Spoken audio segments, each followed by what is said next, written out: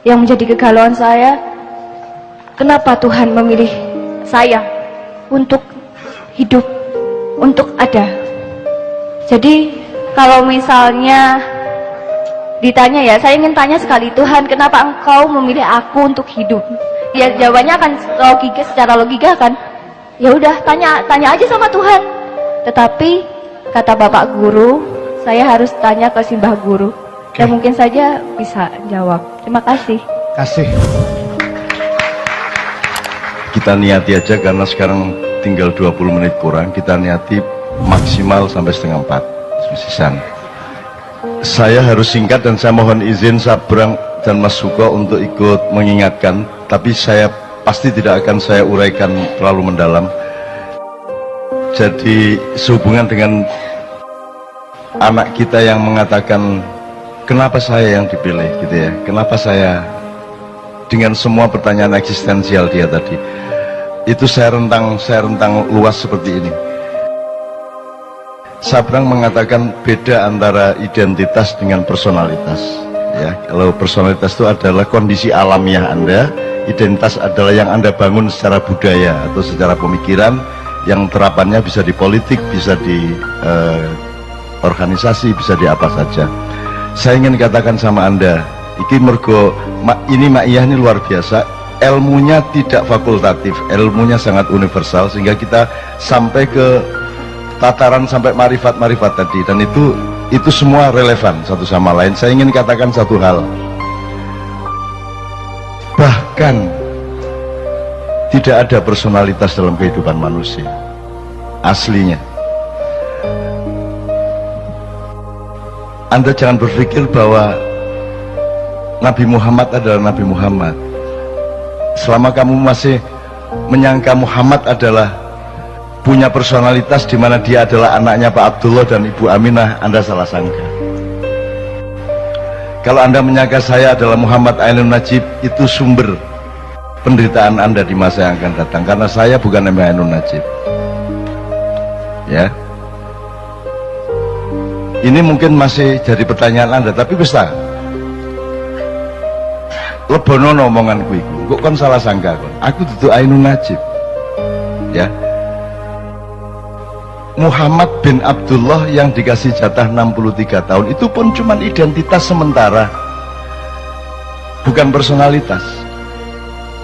Itu identitas, dia harus dilahirkan secara fisik dan harus dari bapak ibu tertentu, karena ada keperluan untuk mendatangkan Al-Quran bagi seluruh umat manusia di bumi. Jadi itu identitas yang sangat sederhana dan hanya dibatasi 63 tahun. Kalau Anda bertanya siapa personalitas Muhammad, oh dia, kalau mau dicari katakanlah ada personalitasnya, oh dia lahir sebelum Jibril, dia lahir sebelum Iblis, sebelum Kanzul Jannah, sebelum Al-Khoshi, sebelum As-Sajid, sebelum Ar-Roqi, sebelum yang paling roke, orang yang paling menundukkan badannya kepada Allah, orang yang paling mensujudkan wajahnya kepada Allah, orang yang paling bisa dipercaya untuk menjadi penyebar kesejahteraan atau bendaharawan surga. Dia adalah juniornya Muhammad. Jadi Muhammad itu bukan yang Anda kenal di Arab itu. Yang Anda kenal di Arab itu adalah resonansi dari personalitas Muhammad. Lagi nek anjane kate runu tak dudui kok.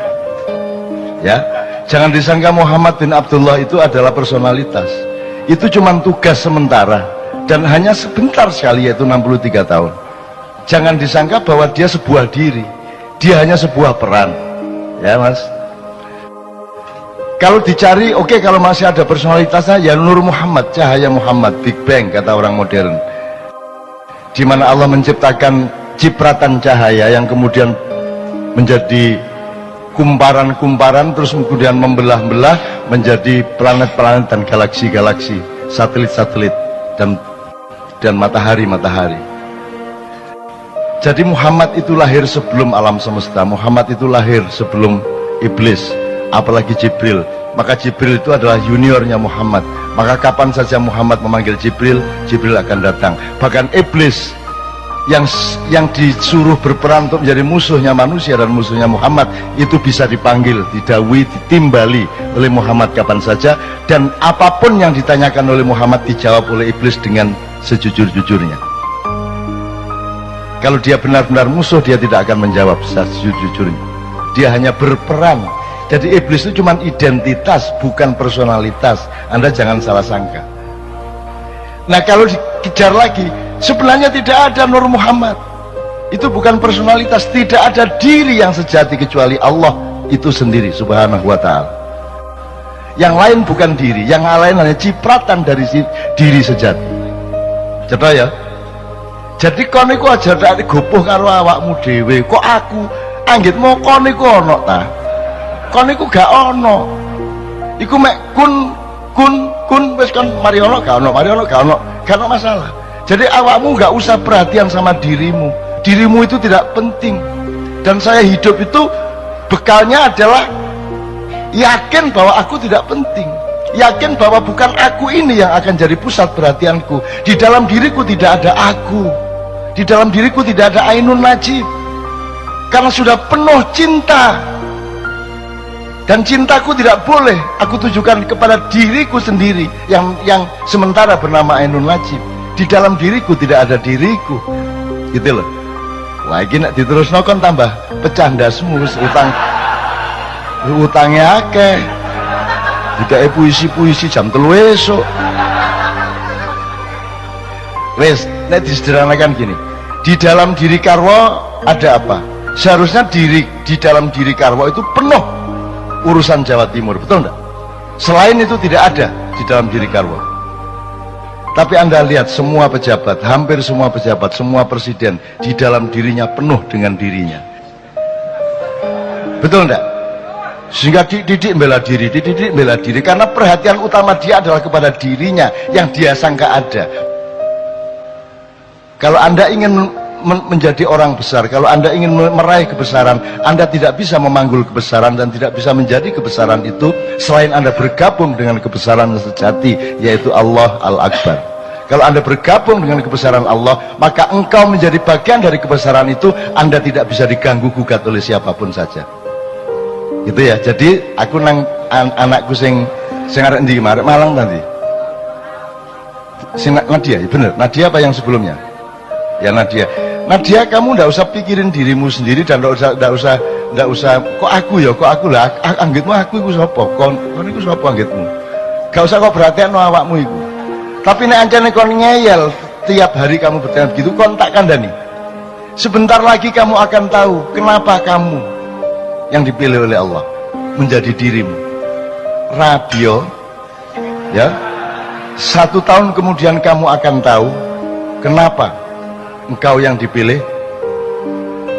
Cukup 1 menit sesudah kamu tahu apa isi hati suamimu. Nek kon wis ro isine atine suamimu, kon iso jawab pertanyaanmu iku mang. Dan percayalah, sampai akhir hayatmu kamu tidak benar-benar tahu isi hati suamimu.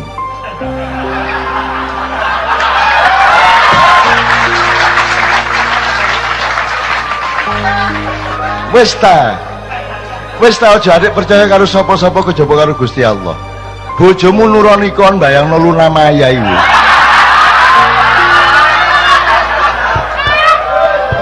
Jadi sudahlah, jadi kamu jangan tuntut suamimu kayak apapun dan jangan tuntut dirimu kayak apapun.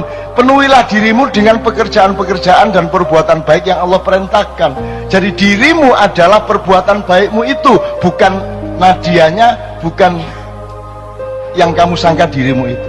Jadi orang yang masih sedih, orang yang masih pesimis, orang yang masih tidak punya semangat adalah orang yang salah sangka terhadap dirinya sendiri. Dan karena dia salah sangka kepada dirinya sendiri, maka dia juga salah sangka kepada dunia, dia salah sangka kepada apa saja, apalagi kepada Allah Subhanahu wa taala. Dia pasti salah sangka. Wes ya. Si iso diterusno iki, tapi cukup ya. Cukup. Dah. Jangan salah sangka kamu. Jadi dirimu itu ndak usah anu lah, ndak usah peduli lah. Aku gak peduli kok. Aku gak peduli karo awakku. Karena aku sepi, karena kadang-kadang aku ingat aku ini seolah-olah aku, tapi kemudian lupa lagi karena aku harus ketemu dengan bang-bang wetan. nanti pulang dari sini naik mobil golek rawon rada eling meneh. Lho aku ndek endi rek? Ngono kan. Nah itu saya itu mengalami kesepian terus menerus, dan kesepian itu aku perlukan. Aku topong rame rek. Kamu pikir kalau riuh rendah suara itu tidak sepi? Semakin riuh rendah semakin sepi kalau engkau berada di dalam dirimu yang sejati, yang jauh di lubuk jiwamu itu. Mulane wong Jawa duwe topo ngrame gitu lho rek ya. Nah, tapi iki wis cukup lah.